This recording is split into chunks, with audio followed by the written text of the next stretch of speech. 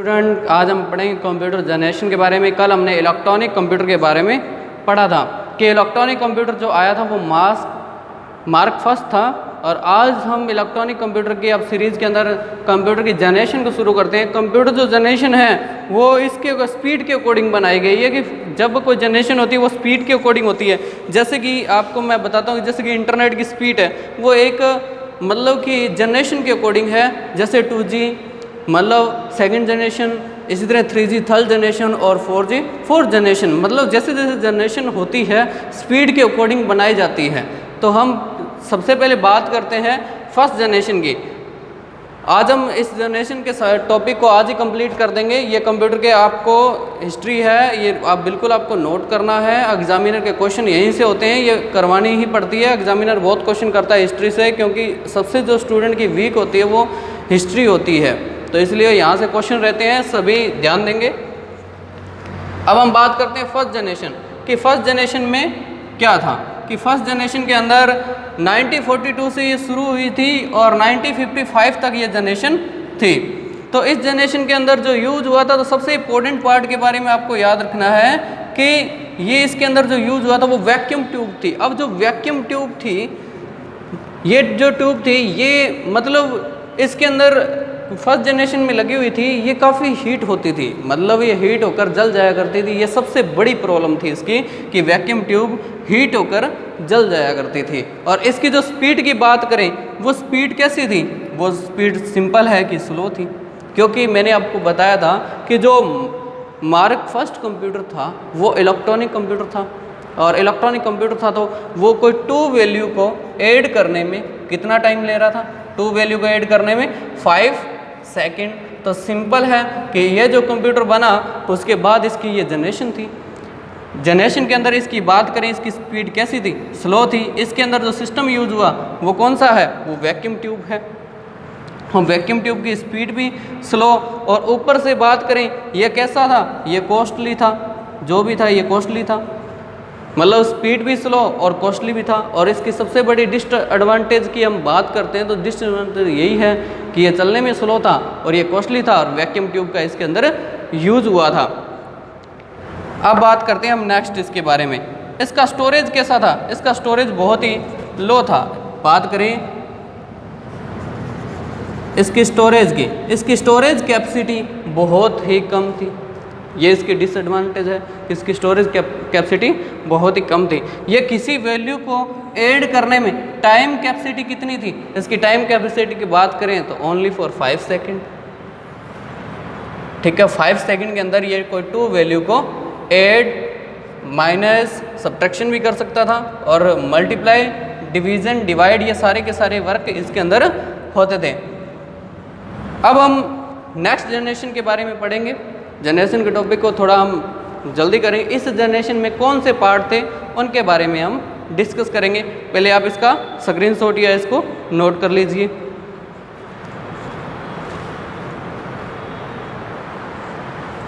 हाँ, इसी में देखिए ENIAC, इसी जनरेशन में आया था ENIAC।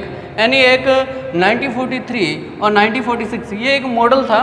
मतलब इसी कंप्यूटर की जनरेशन में एक नया मॉडल लॉन्च हुआ था, और जो मॉडल लॉन्च हुआ था वो किसने बनाया था? जॉन मचली ने और जे पर्सबर एक्ट ने बनाया था। ये साइंटिस्ट हमें याद रखने हैं कि इसको किसने बनाया था? जॉन मचली ने और जे पर्सबर एक्ट ने बनाया था, जिसकी हाइट 50 फीट, मतलब हाइट जिसकी लंबाई थी 50 फीट थी, और विड्थ की बात करें तो 30 फीट थी। बिल्कुल सिंपल है कि हमें ये अच्छी तरह लर्न रहना चाहिए कि ये 1943 में 1946 में आया था।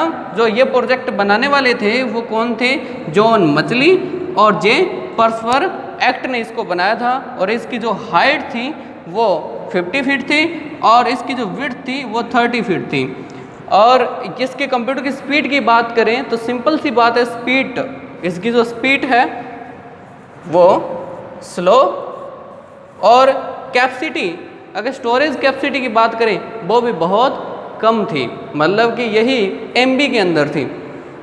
मतलब 5 MB से स्टोरेज की बात करें, 5 MB से 10 MB तक इतना डेटा इसके अंदर स्टोर किया जा सकता था। स्टोरेज कैपेसिटी इसकी बहुत ही कम थी, लेकिन ये माना जाता है कि इनके द्वारा बनाए गए कंप्यूटर को उस टाइम के अकॉर्डिंग बहुत ही फास्ट माना गया था। इस टाइम के अकॉर्डिंग नहीं, उस टाइम के अकॉर्डिंग बहुत ही फास्ट माना गया था। ये आपके जनरेशन के कंसेप्ट है, फर्स्ट जनरेशन के। अब हम दूसरा मॉडल देखते हैं, आप इसे नोट कर लीजिए।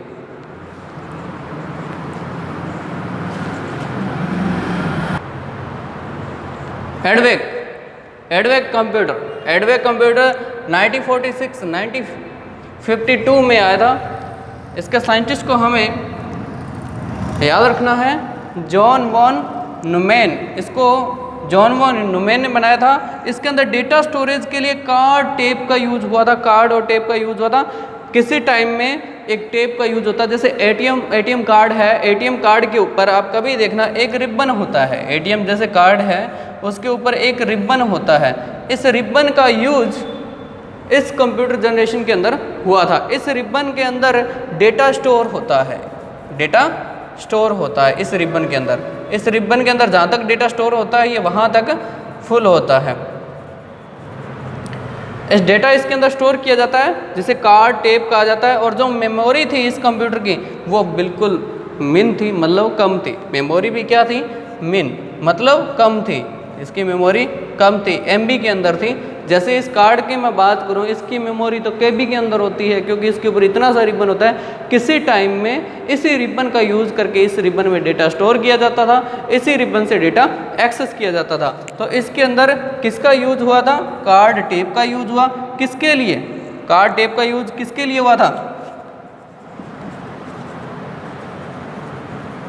स्टोरेज के लिए। कार्ड टेप का यूज स्टोरेज के लिए हुआ। और जो मेमोरी थी वो मिन थी, स्पीड स्लो, और इसका जो मान करें मेंटेनेंस था वो काफ़ी कॉस्टली था, मतलब इसको मेंटेन करके रखना बहुत कॉस्टली था।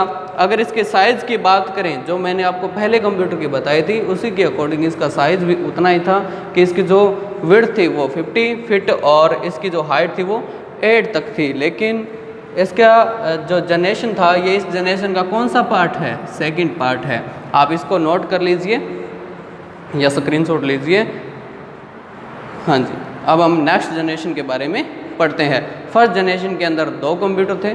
टॉय कंप्यूटर के बारे में एक एनिएक और एडवेक।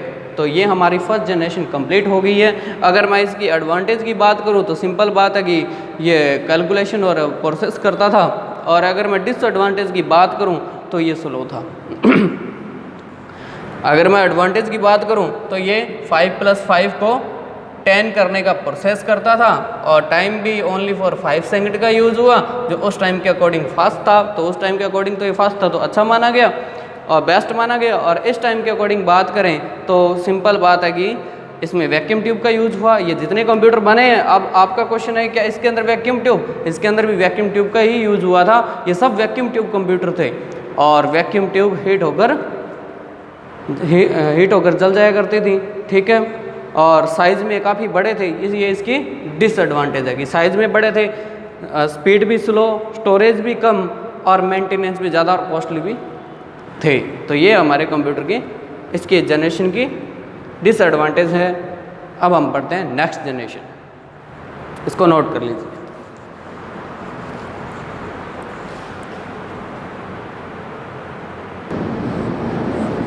सेकंड जनरेशन की बात करें तो इस जनरेशन को स्टार्ट 1955 1964 से, इसकी स्टार्टिंग है वो 1955 और 1964 से।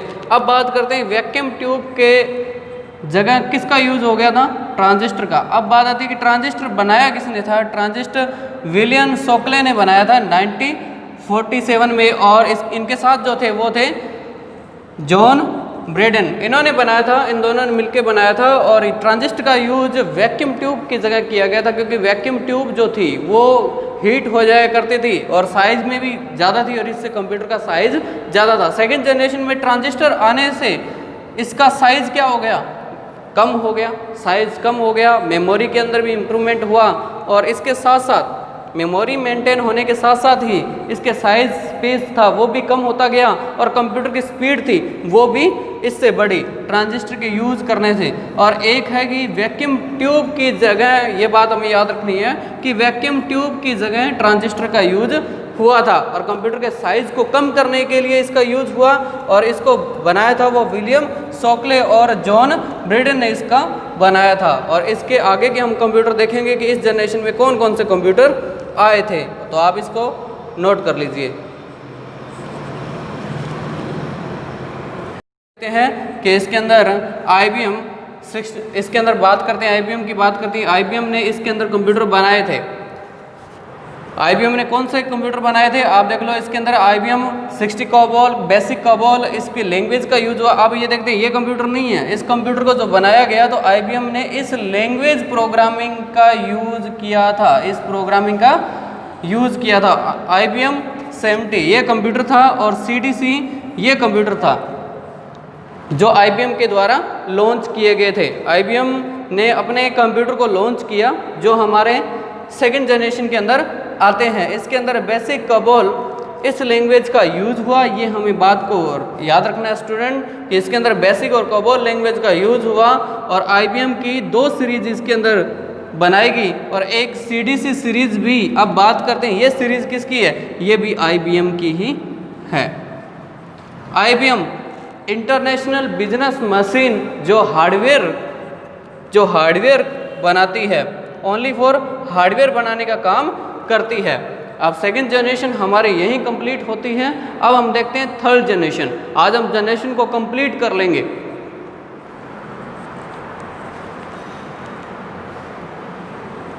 थर्ड जनरेशन के बारे में स्टूडेंट देखते हैं कि थर्ड जनरेशन कब आई थी। Third generation 1964, 1975।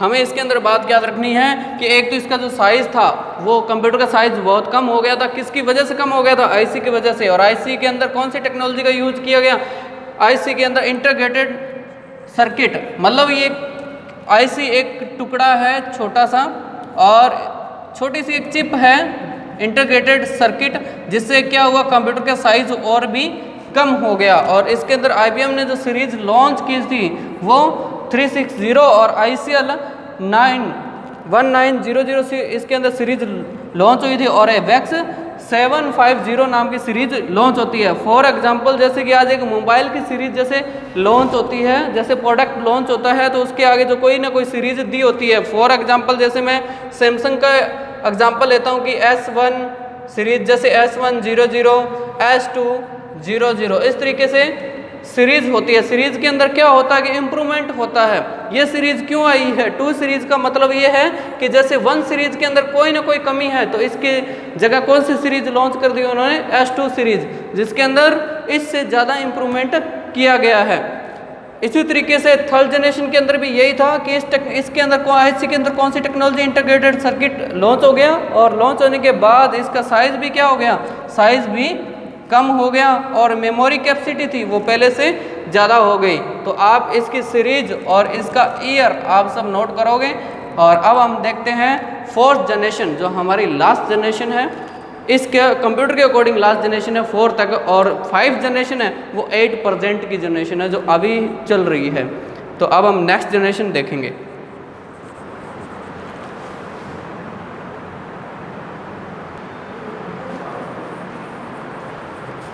अब देखिए फोर्थ जनरेशन 1975 से शुरू हो गए 1988 तक थी। इसके अंदर जो टेक्नोलॉजी यूज हुई वो VLSI टेक्नोलॉजी का यूज़ किया, मतलब एक चिप थी जिसे जो मतलब ट्रांजिस्टर के जगह यूज हो गई और इसका साइज़ थोड़ा सा चिप का था, वो उससे छोटा था, किससे, IC से छोटा था। और इसका यूज करने से अब क्या हुआ कि very large scale integrated circuit का यूज़ करने से, इस सर्किट का यूज़ करने से कंप्यूटर का साइज़ काफ़ी कम हो गया और आज इसके कंप्यूटर हमारे सामने आ रहे हैं जिनका साइज़ बहुत ही कम है और आज हम यूज़ कर रहे हैं। क्योंकि इसके अंदर अब बात आती है कि इसके अंदर जो प्रोसेसिंग की जो चिप थी उसका साइज़ पहले के कंप्यूटर में ज़्यादा था, लेकिन इंटेल की बात करें, एक कंपनी है इंटेल कॉरपोरेशन। इंटेल कॉरपोरेशन ने क्या किया, एक प्रोसेसर बनाया जिसका नेम था माइक्रो प्रोसेसर। इस माइक्रो प्रोसेसर से क्या हुआ कि कंप्यूटर का साइज और भी कम हो गया।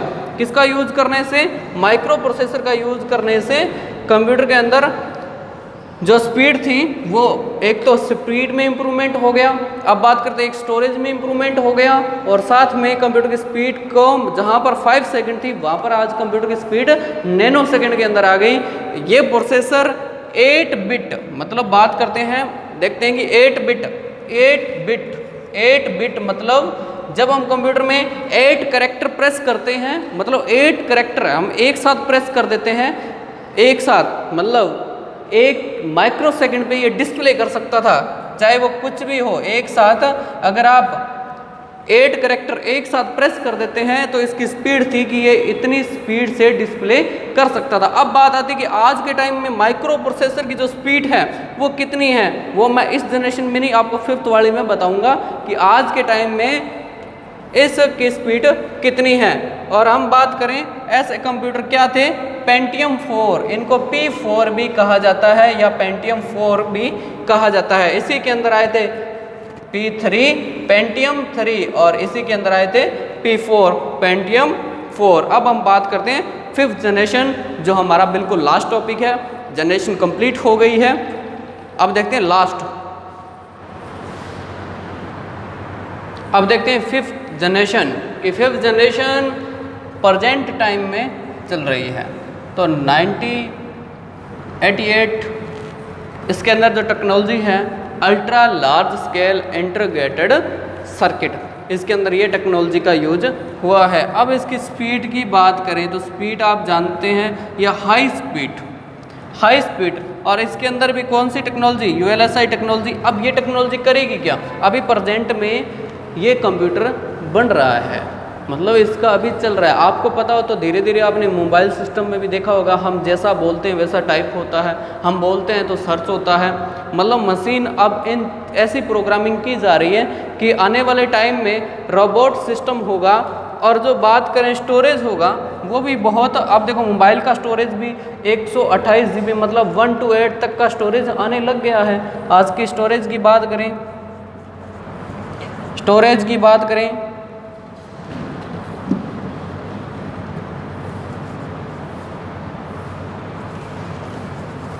तो आज की स्टोरेज की बात करें तो कम से कम टेराबाइट हो गया है, GB से ज़्यादा हो गया है। लेकिन आज मोबाइल की टेक्नोलॉजी में आप देख सकते हैं कि 1 to 8 का स्टोरेज आने लग गया। अगर हम मोबाइल की बात करें तो भी देखो आज ये स्टोरेज हो रहा है, और रैम का साइज़ भी आप जानते हैं कि 4 तक जा रहा है और अब 8 तक भी जा रहा है। स्टोरेज और स्पीड इसके ऊपर काफ़ी वर्क किया जा रहा है। हम उसके अंदर ऐसे फीचर भी आ गए हैं कि हम जैसा थोड़ा बोलते हैं वैसा वैसा उसके अंदर टाइप होता है। तो ये टेक्नोलॉजी कौन सी यूज़ हो रही है, धीरे धीरे थोड़ी थोड़ी जो टेक्नोलॉजी यूज़ हो रही है वो कौन सी हो रही है, धीरे धीरे इसको इम्प्रूवमेंट किया जा रहा है। ये अल्ट्रा लार्ज स्केल है, मतलब एक्स्ट्रा सिस्टम है इसका कंप्यूटर में। इस कंप्यूटर में क्या होगा कि कंप्यूटर समझेगा हमारी बात को, वो हम जैसा उसको कहेंगे वैसा उसको समझ में भी आएगा, वैसा वो बात भी करेगा। हाँ, वो सुनेगा भी, और उसके कैमरे सिस्टम से उसके अंदर जो भी बात है वो रिकॉर्ड भी होगी। और जो उसकी जो मेमोरी कैपेसिटी होगी वो टेराबाइट से भी ज़्यादा बनाने की कोशिश है। अभी भी टेराबाइट चल रही है और इससे भी ज़्यादा बनाई जाएगी। मतलब ये बात करते हैं, ये अब बात आती है कि ये कौन से सिस्टम में यूज़ होता है, ये सुपर कंप्यूटर में यूज़ होता है। जैसे कि आज हम बात करते हैं, जैसे आज के टाइम के जो कंप्यूटर हैं जो हमारे घर पे यूज़ हो रहे हैं, जो सिग्नल को मेंटेन करते हैं, इसके अंदर आप देखोगे ये टॉपिक इसके अंदर है कि आज हम सिग्नल की बात करें, जैसे वोडाफोन, एयरटेल, जियो, ऐसे जो सिस्टम होते हैं उनके अंदर जो यूज होती है टेक्नोलॉजी उसको ULSI टेक्नोलॉजी कहा जाता है, जो 5th जनरेशन के अकॉर्डिंग होती है, क्योंकि एक हाई लेवल की स्पीड और हाई लेवल का स्टोरेज इसके अंदर चाहिए। इसके अकॉर्डिंग के जो कंप्यूटर है आप सुनोगे, कोई आपको कहेगा ड्यूल कोर i3, i7, ये सब के सब ULSI टेक्नोलॉजी से बनाए जा रहे हैं। तो ओके स्टूडेंट, आज हमारी जनरेशन कंप्लीट हो गई है। ये कंप्यूटर का सबसे इम्पोर्टेंट टॉपिक हैं और जो हमसे बेसिकली पूछे जाते हैं, इसे नोट भी करना है और सबसे इम्पोर्टेंट है। अब हमारे कंप्यूटर के आगे इनपुट और आउटपुट एक टॉपिक है और उसके बाद सीधा प्रोग्रामिंग सिस्टम पर हम पढ़ना स्टार्ट करेंगे। Thank you student.